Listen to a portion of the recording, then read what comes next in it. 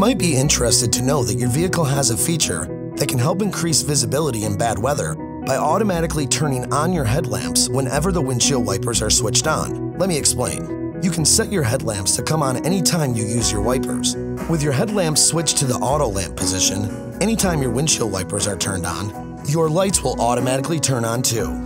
And that can help make it easier for other drivers to see you when the weather and the visibility is bad.